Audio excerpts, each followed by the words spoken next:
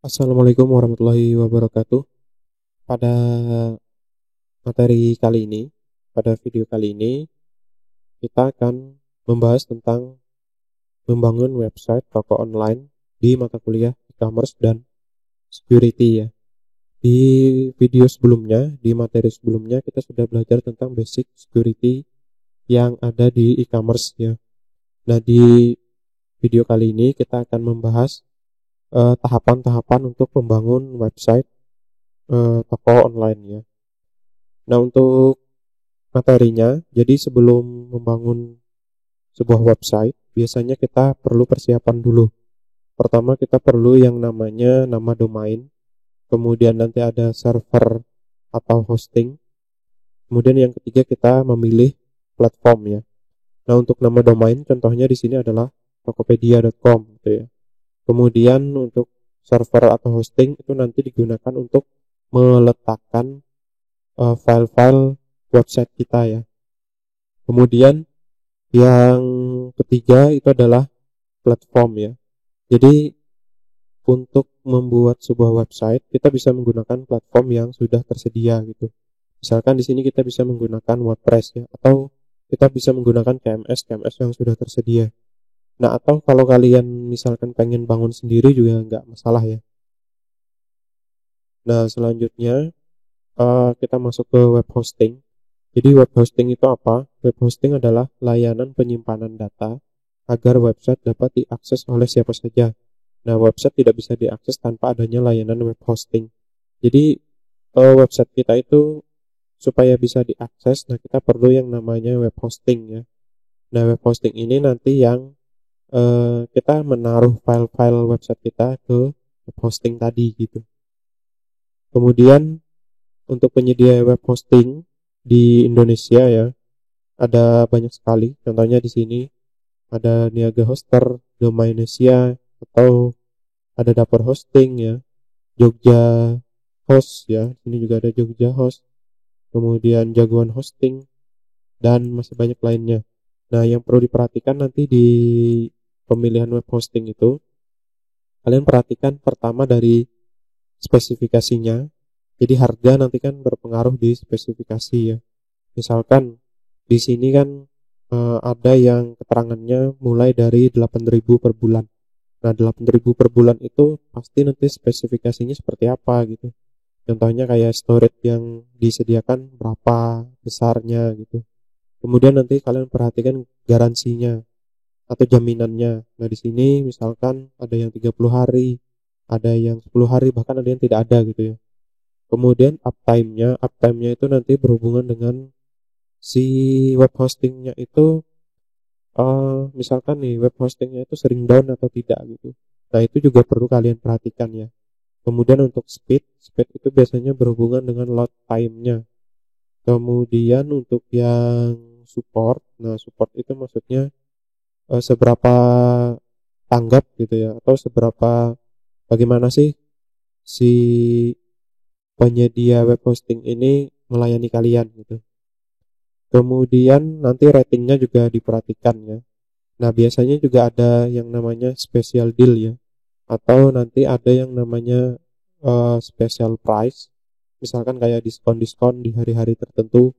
Nah, itu juga bisa kalian pertimbangkan ya. Biasanya selain web hosting ada juga nanti untuk kayak diskon-diskon seperti apa, seperti domain ya. Domainnya nanti domain misalkan kayak .com, .xyz. Nah, itu biasanya ada yang eh, misalkan untuk 1 tahun kita cukup bayar berapa gitu, jadi ada diskonnya. Nah, ini yang web hosting ya. Jadi nanti silakan, biasanya sih kalau web hosting itu ada yang per bulan ya, ada yang per 3 bulan, per 6 bulan, sama per tahun ya. Nah, biasanya kebanyakan sih yang per tahun ya. Jadi kita modelnya di sini kan sewa, jadi kita sewa 1 tahun itu berapa gitu. Atau biasanya harganya di sini per bulan gitu ya, tapi nanti untuk implementasinya nanti tetap sewanya per tahun, ada yang seperti itu ya. Oke, selanjutnya untuk tipe web hosting itu ada yang namanya share hosting, kemudian nanti ada VPS ya, atau Virtual Private Server, kemudian ada yang namanya Dedicated Server Hosting, kemudian ada yang namanya Cloud Hosting ya. Nah, untuk yang share hosting, jadi share hosting ini maksudnya layanan hosting yang dimana akun hosting ditaruh bersama-sama dengan akun hosting yang lain dalam satu server yang sama. Jadi dalam satu server itu nanti ada banyak akun ya. Nah, makanya kan di sini disebutnya dengan share ya. Jadi satu server dipakai rame-rame gitu ya.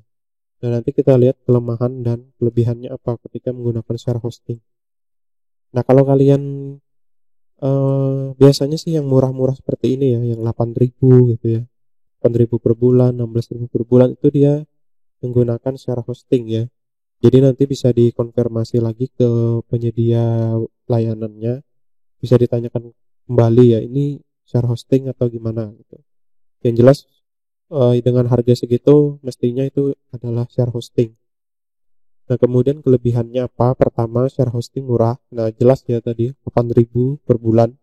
Ada yang sampai 8.000 per bulan. Kemudian tidak perlu melakukan perawatan teknis server ya. Karena kan yang ngurus tadi sih penyedia layanan hostingnya ya.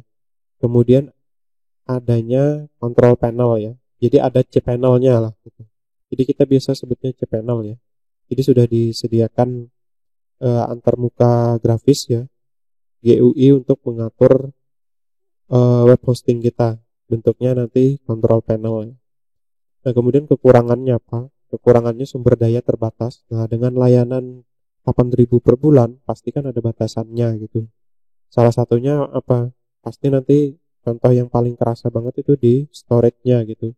Jadi besaran file yang bisa kita masukkan ke web hosting kita berapa gitu. Misalkan kayak 500 mega, 1 giga, 2 giga dan seterusnya ya. Kemudian setiap pengguna mempunyai batasan layanan. Jadi misalkan kayak kita tidak bisa melakukan sesuatu yang uh, hubungannya dengan kayak misalkan kita harus akses salah satu uh, sistem ya atau fitur yang ada di server misalkan. Nah, itu nggak bisa gitu. Nah, karena ini tadi ya, karena share hosting tadi gitu. Karena kalau misalkan kita bisa mengakses salah satu fitur tertentu misalkan di server, otomatis kan seharusnya yang lain juga bisa gitu. Nah, itu kemungkinan bisa uh, karena biasanya apa, ada banyak pertimbangan lagi ya untuk bisa mengakses layanan-layanan yang lainnya gitu. Jadi layanan yang disediakan adalah layanan default gitu ya, layanan yang mempunyai batasan. Kemudian jika ada traffic yang over, ketika server down, semua website di dalam satu server kena imbasnya. Nah, ini adalah kekurangannya. Misalkan satu server itu ada 100 akun ya, atau ada 100 website gitu ya.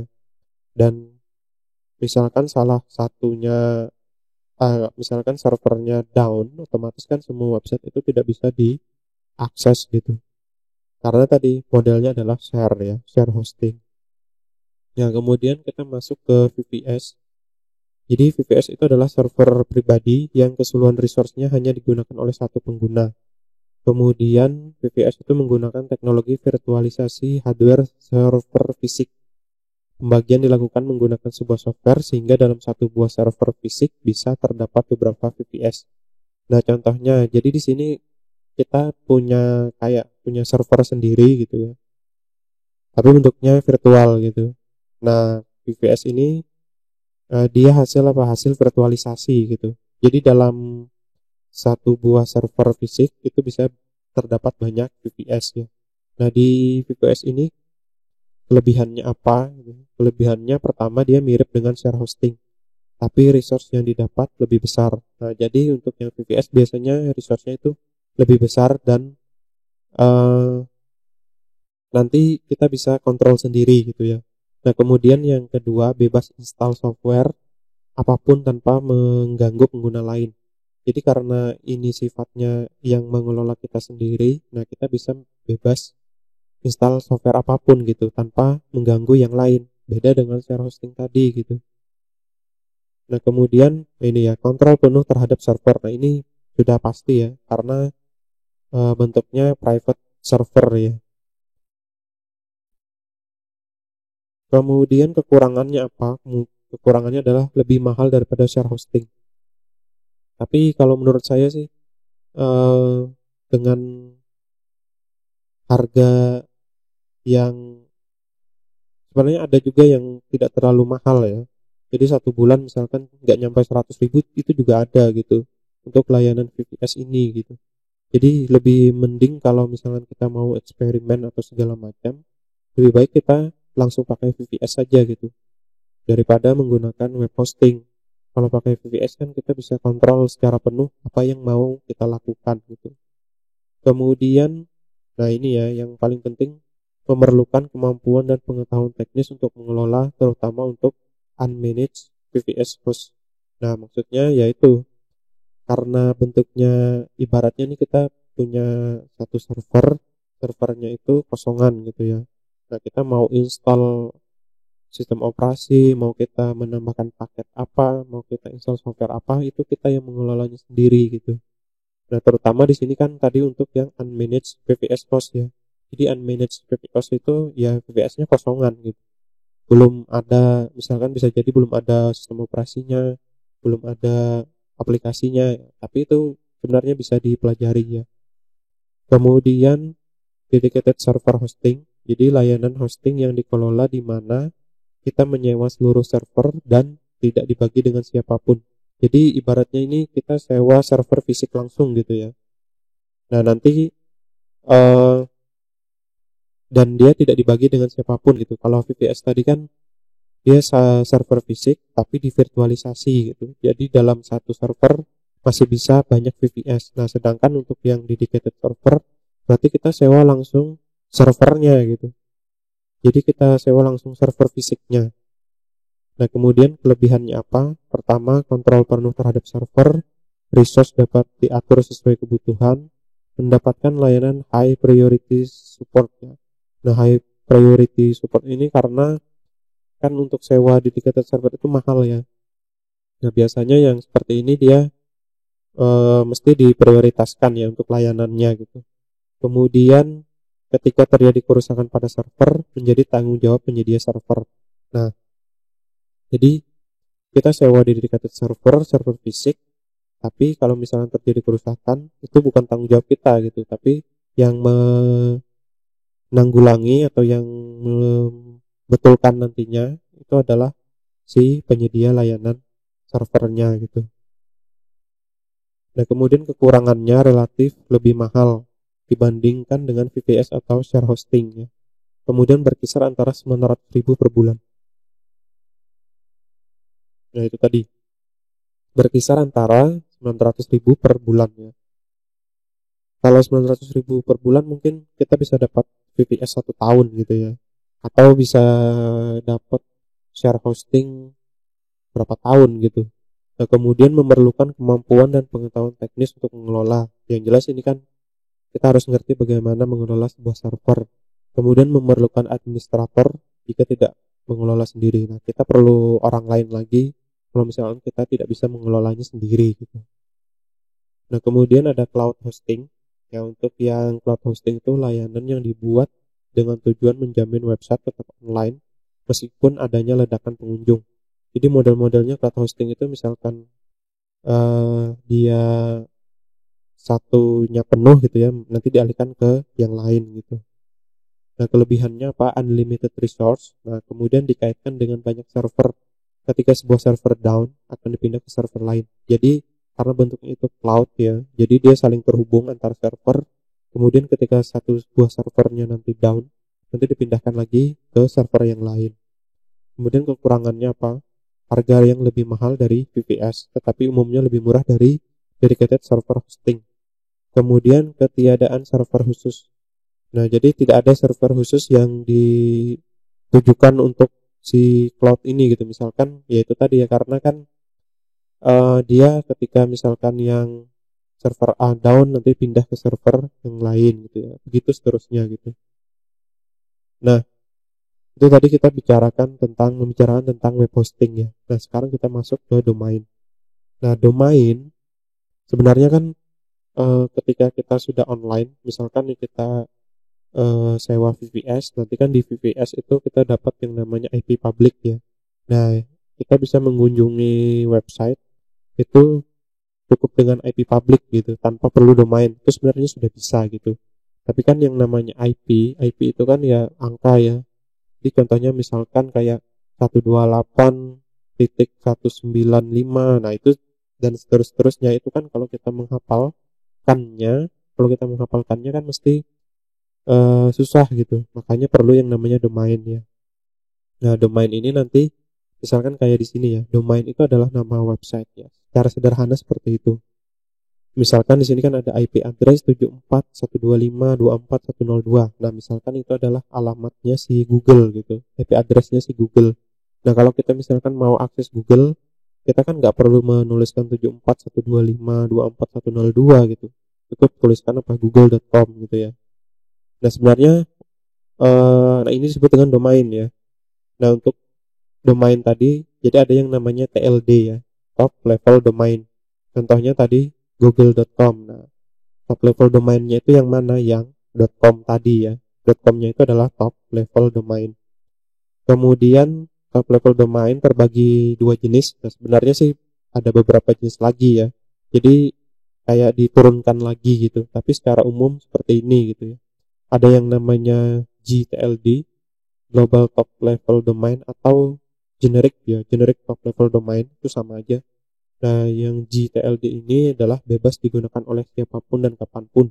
Contohnya misalkan kayak .com, .org, .info, .xyz. Nah, itu top level domain yang global ya, yang bebas digunakan oleh siapapun. Nah, untuk mendapatkan domainnya itu tidak ada syarat administrasi formal. Nah, untuk domain sendiri biasanya kan sewanya itu per tahun ya. Jadi 1 tahun kita sewa domain, misalnya domain.com, sekarang harganya berapa, 100 sekian gitu. Nah, itu bisa kita pakai selama 1 tahun gitu. Kemudian ada yang namanya CCTLD ya, atau Country Code Top Level Domain. Jadi kalau yang country code kan nanti dia mengacu pada wilayah negara tertentu gitu. Contohnya kalau Indonesia kan menggunakan ID ya. ID itu kan Indonesia, kemudian ada yang namanya UK, kemudian ada yang namanya US gitu, JP, nah untuk yang Jepang gitu ya. Nah, itu adalah CCTLD namanya, Country Code Top Level Domain.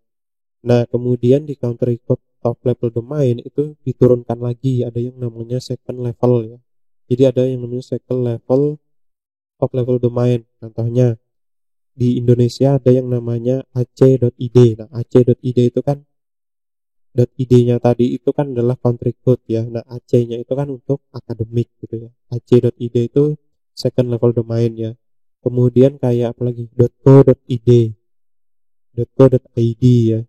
Kemudian ada .or.id. Nah, itu adalah second level top level domain ya.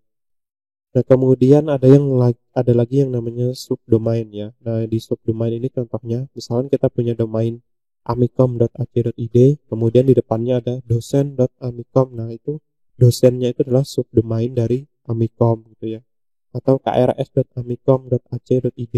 Nah, KRS-nya itu adalah subdomain dari amicom.ac.id. Kemudian perbedaannya seperti apa? Perbedaan web hosting dengan domain. Jadi kalau kita analogikan di sini, web hosting itu sama aja dengan rumah gitu ya. Kemudian barang-barang yang ada di dalam rumah itu adalah file website kita gitu. Jadi website kita itu nanti kan ditaruh di dalam web hosting. Jadi misalkan kayak kalau dianalogikan ke rumah gitu ya, rumahnya adalah web hostingnya, kemudian di dalamnya misalkan kayak kursi, meja, apa segala macam, nah itu adalah file website kita gitu. Nah, kemudian untuk nama domainnya tadi adalah alamatnya gitu, alamat rumahnya apa gitu, alamat rumahnya di mana. Nah, itu adalah nama domain ya. Nah, ini adalah analogi sederhana antara web hosting, domain, dan file website ya. Nah, kemudian nanti di domain itu sebenarnya ada yang namanya whois dan domain privacy. Nah, untuk whois, jadi setiap nama domain yang sudah didaftarkan itu akan memiliki catatan dan dapat diakses secara publik. Nah, maksudnya itu misalkan nih yang daftar itu siapa? Biasanya kan kita ngisi registration ya, mengisi registration form. Jadi form registrasi diisi kayak namanya siapa yang mendaftarkan domain, emailnya apa, nomor teleponnya berapa gitu ya, alamatnya di mana. Nah, itu ketika nanti kita cek menggunakan whois ya, itu nanti bakalan muncul gitu yang punya itu siapa gitu. Nah, tapi eh, yang seperti itu kan sebenarnya kalau masalah privacy sih seharusnya tidak ditampilkan gitu ya. Makanya ada yang namanya domain privacy gitu. Nah, domain privacy ini kayak service gitu ya, kayak layanan untuk melindungi informasi pribadi ketika mendaftarkan sebuah domain. Contohnya ada yang namanya WhoisGuard ya. WhoisGuard ini itu nanti layanan yang bakalan ibaratnya bakalan apa disembunyikan gitu. Dia yang bakalan menyembunyikan. Jadi ketika kita eh, menyewa ya, ketika kita mendaftarkan domain, nanti mesti kita ditawarin gitu apakah mau menggunakan WhoisGuard atau tidak gitu. Kalau kalian rasa itu penting, silahkan gunakan WhoisGuard ya. Kemudian ya yang terakhir, yang ketiga tadi ya, kita sudah bicara web hosting, kemudian domain. Nah, yang terakhir adalah platformnya ya. Nah, misalkan di sini kita mau menggunakan CMS ya. CMS itu adalah Content Management System ya. Nah, jadi CMS itu adalah sebuah perangkat lunak yang ditujukan untuk membuat website secara instan dan untuk mengatur konten pada situs web. CMS tetap bisa digunakan oleh orang yang tidak memiliki pengetahuan programming ya. Nah, ini makanya kalau kita lihat ya, kita kan sebenarnya bisa aja ngecek ya sebuah website itu dibuat menggunakan apa gitu, apakah menggunakan CMS atau tidak gitu. Nah, kalau kita mau menggunakan CMS ya nggak masalah gitu, karena CMS sendiri kan dibuat untuk mempermudah ya, untuk mempermudah seseorang untuk membuat website dan mengatur konten gitu tanpa perlu pengetahuan tentang programming gitu. Ya paling ya pengetahuan tentang programmingnya ya yang dasar-dasar aja lah, itu nggak masalah gitu. Kemudian yang paling populer gitu ya, WordPress. Contohnya di sini ada tiga, ada WordPress, ada Joomla, ada Drupal ya. Nah, ini distribusi CMS-nya kalau kita lihat, nanti saya tunjukkan ini adanya di mana ya. Nah, di sini contohnya WordPress itu berada di merah sini ya, 50% gitu. Nah, kemudian yang lainnya itu entah itu CMS-nya apa gitu ya. Yang jelas di sini nomor satu CMS yang digunakan adalah WordPress. Kemudian, nah ini tadi ya. eh jadi di sini ada WordPress, ada Drupal, ada Joomla ya. Nah, ada Blogger juga ada gitu ya. Oke, sini saya tunjukkan aja. Jadi tadi pertama apa dulu nih? Web hosting dulu ya. Jadi kalian bisa cari web hosting. Misalkan nah tadi ada Niaga ya, Niaga Hoster. Nah, pilih yang ini. Nanti bisa dilihat di Niaga Hoster itu sekarang layanannya yang tersedia apa aja gitu. Nah, di sini kan contohnya apa? Unlimited hosting ya, diskon up to 75%, gratis domain plus SSL.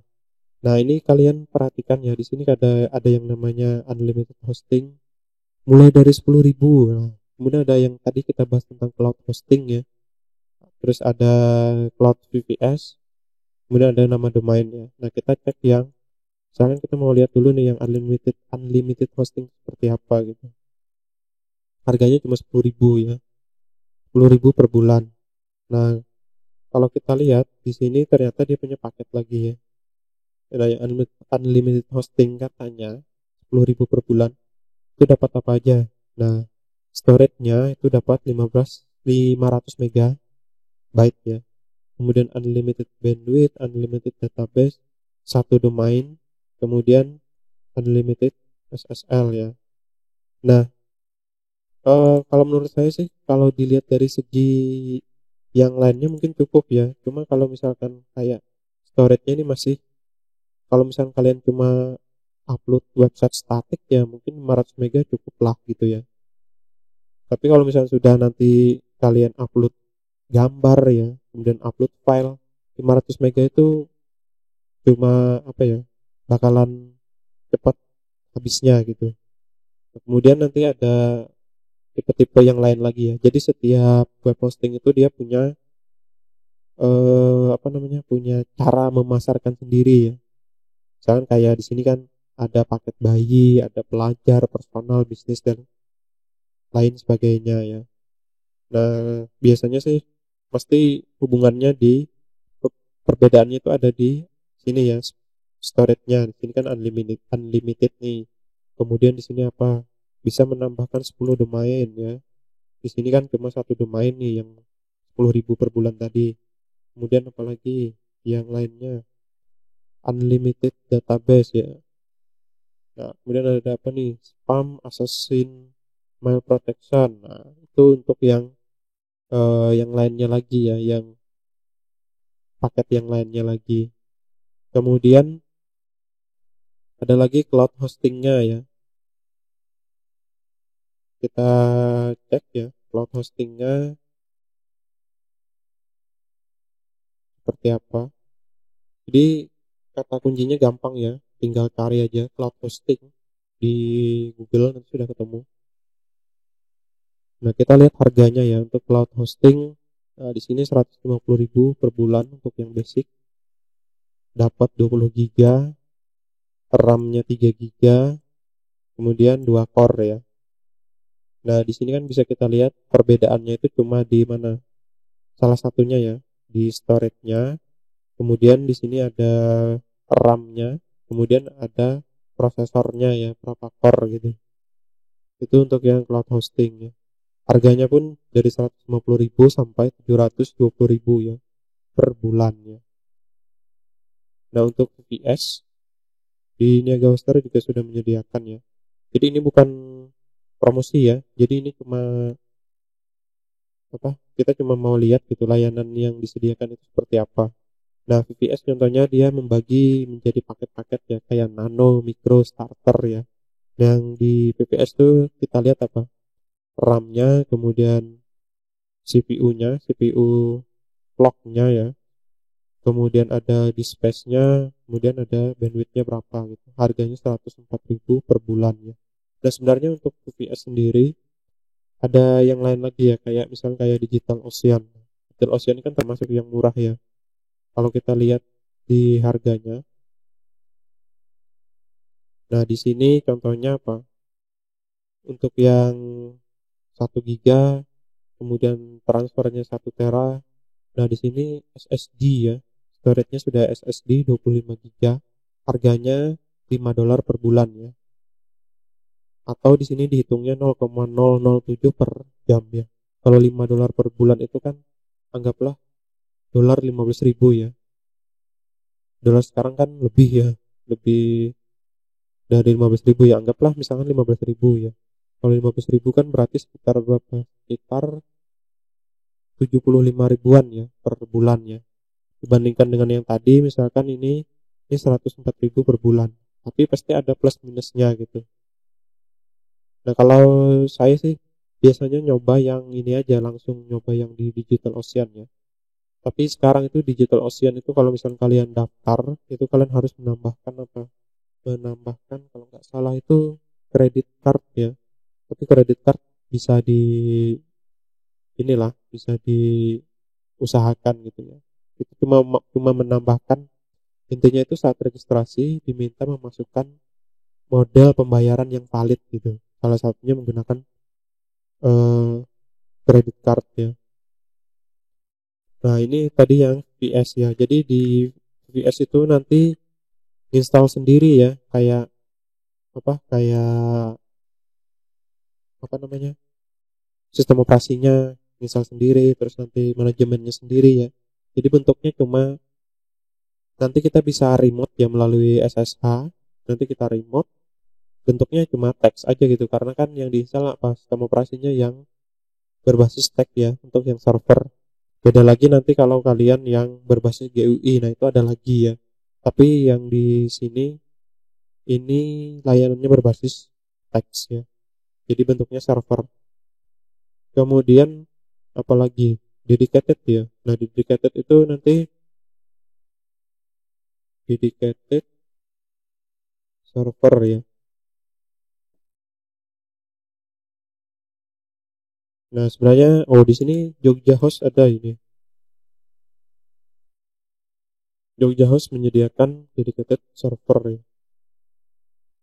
Jadi sebenarnya tadi apa? Perbedaannya kalau dedicated kan langsung sewa fisiknya gitu ya. Langsung sewa satu server fisik, nanti dapat IP public ya. Kalau VPS kita sewa VPS.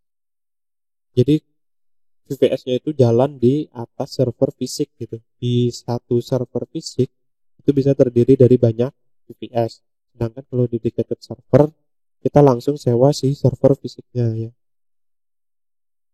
Nah, yang jelas ini bisa lebih mahal ya. Ini ada price-nya tidak ya.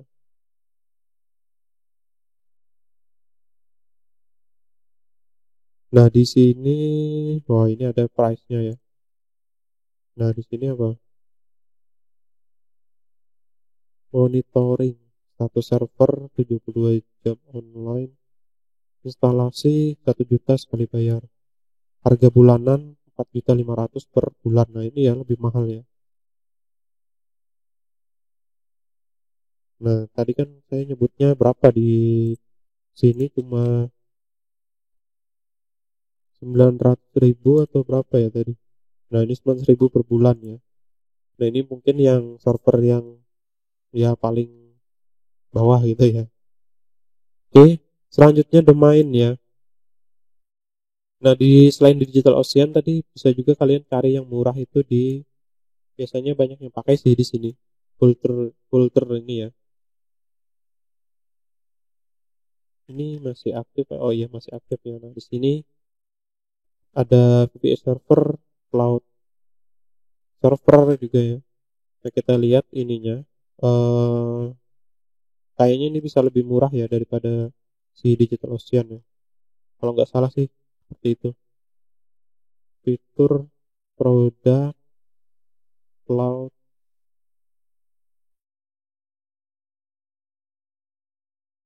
Nah, SSD cloud instant ya. Di sini $2,5 malahan ya. Tapi lihat ya, memorinya 512, kemudian storage-nya 10 GB ya. Kalau tadi kan di Digital Ocean berapa? Kita memorinya 1 GB, kemudian SSD-nya storage-nya 25 GB ya. $5 per bulan. Nah, kalau kalian cuma buat latihan-latihan ya nggak masalah sih ya.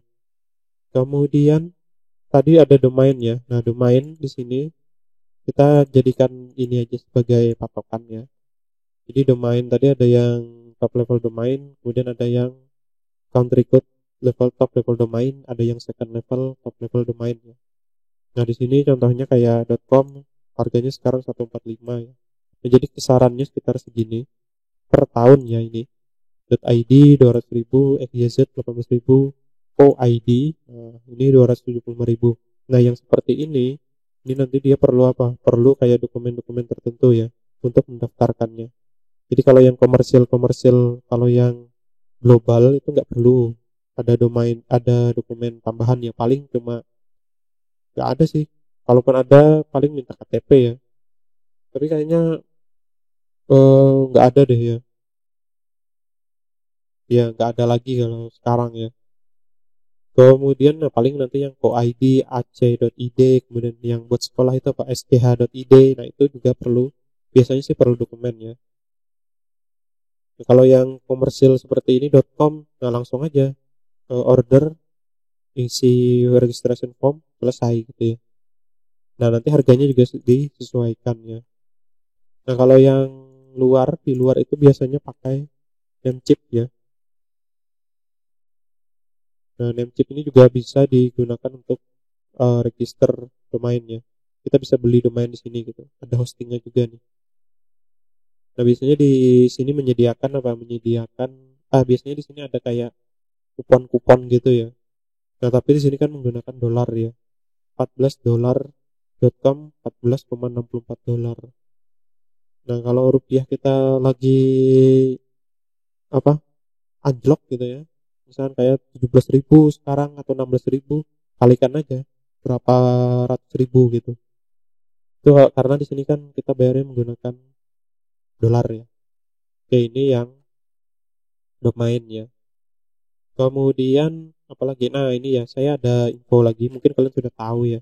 Kalau kalian pengen nyoba, misalnya kayak nyoba kayak tadi ya VVS apa segala macam, kalian bisa daftar di Education GitHub ya. Jadi silakan daftar di educationgithub.com.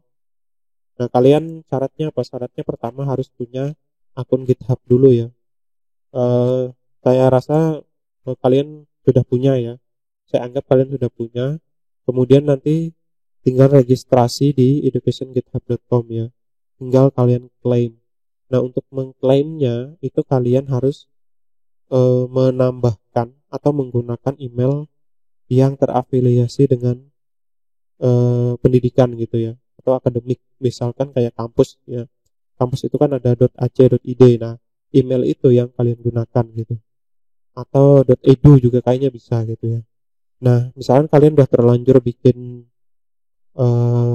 akun GitHub, misalkan yang emailnya itu adalah gmail.com misalkan. Nah, kalian pengennya eh, mau mengklaim menggunakan akun itu, nah berarti nanti di GitHub-nya tinggal ditambahkan ya. Jadi kalian bisa menambahkan email lagi di GitHub itu gitu. Tambahkan aja yang ini, tambahkan aja yang apa? Ada terafiliasi dengan institusi tadi ya, institusi pendidikan tadi. Jadi kalian nanti tinggal klaim.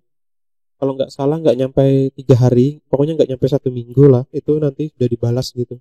Jadi pertanyaannya itu nanti klaimnya cuma ditanyakan kayak kalian mau menggunakan GitHub Education ini untuk apa gitu. Jawab aja untuk belajar, udah selesai gitu ya.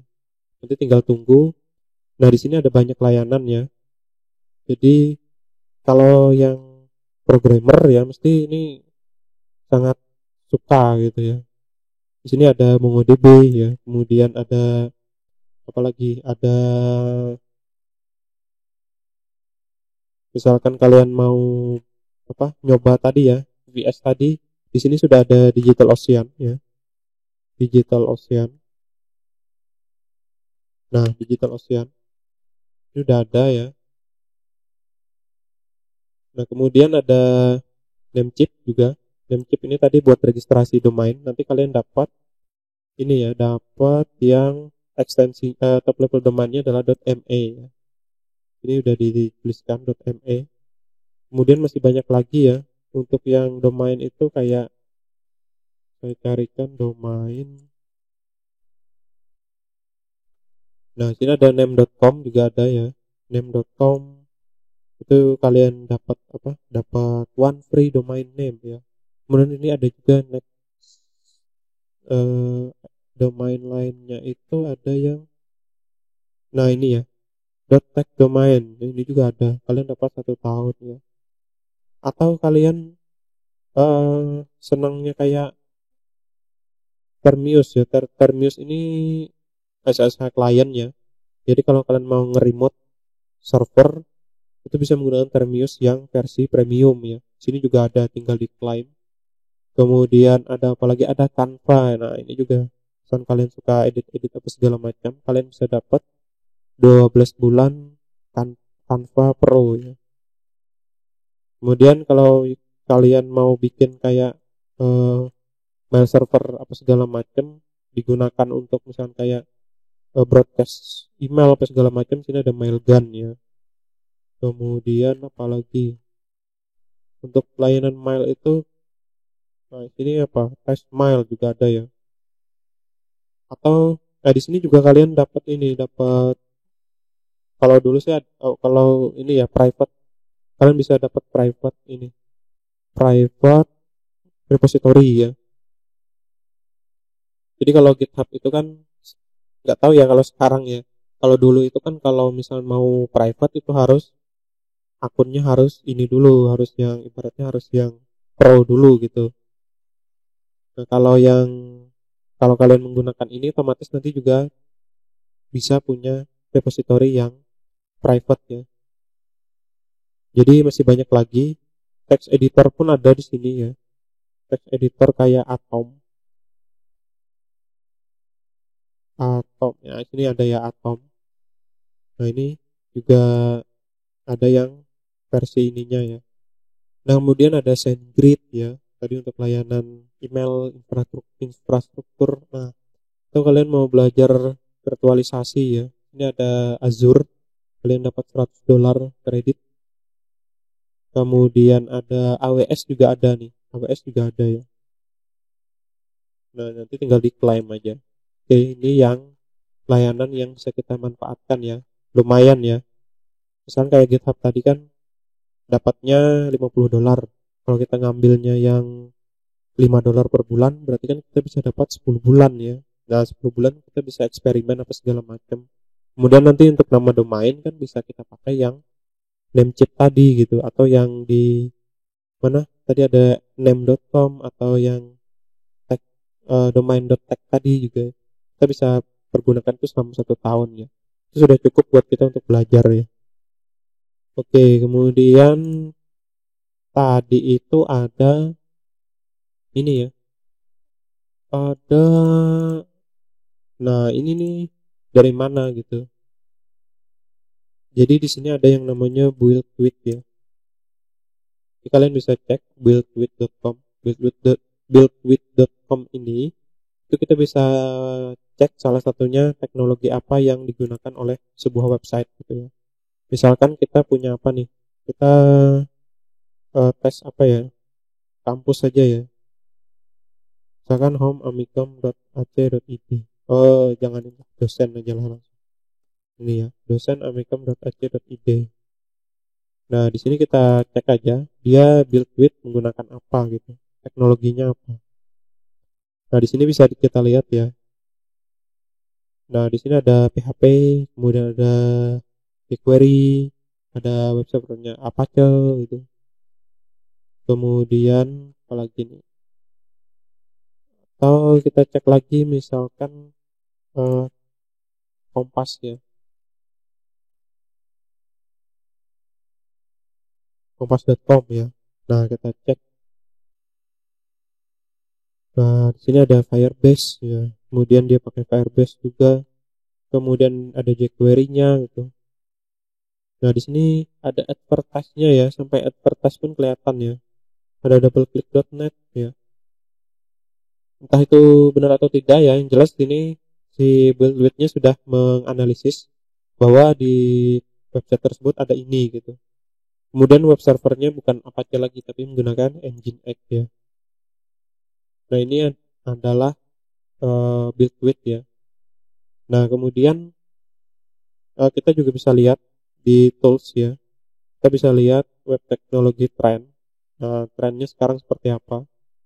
Contohnya kayak content management system, all content management system. Nah, kita cek di sini yang, nah di sini seperti yang saya bilang tadi ya, WordPress itu di nomor 1 ya.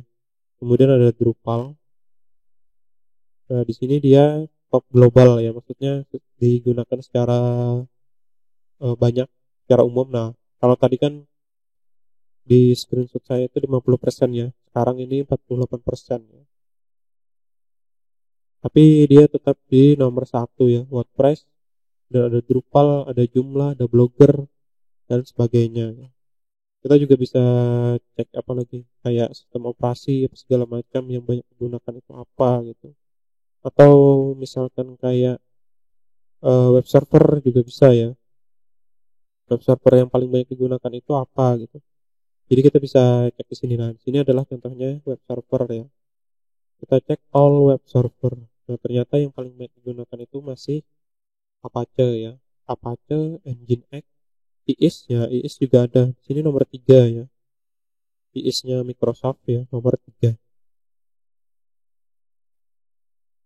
Nah, ini pembagiannya Apache, Nginx, IIS dan segala macamnya. Kalau mau lihat di Indonesia juga bisa. Di sini kan ada Indonesia nih. klik aja Indonesia ya. Berdasarkan country ya. Nah ini juga sama ya, Apache, Nginx, JS, Lightspeed. Nah itu kalau di build with ya. Oke. Nah saya rasa untuk materinya ini saya cukupkan dulu ya. Jadi ini kita baru pengantarnya untuk membangun website toko online. Jadi kita harus tahu dulu persiapannya apa aja, kemungkinan terus apalagi kita misalkan mau di online kan harus milih web hosting yang seperti apa, domainnya yang seperti apa, kemudian platformnya nanti mau menggunakan apa gitu ya. Oke, saya cukupkan untuk hari ini ya. Untuk materi hari ini membangun website toko online. Semoga materinya ini bisa bermanfaat. Sekian, terima kasih. Assalamualaikum warahmatullahi wabarakatuh.